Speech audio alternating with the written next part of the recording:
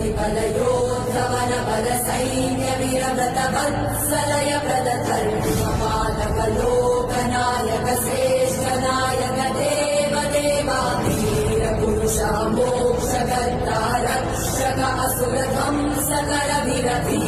प्रतिफलयोद्धवन बल सैन्य वीरव्रत वत्सलय प्रदधर्मपालक लोकनायक श्रेष्ठ नायक देव देवा वीर पुरुषा जिसे शक्ति कन्हर में गदा हनुमान के हटे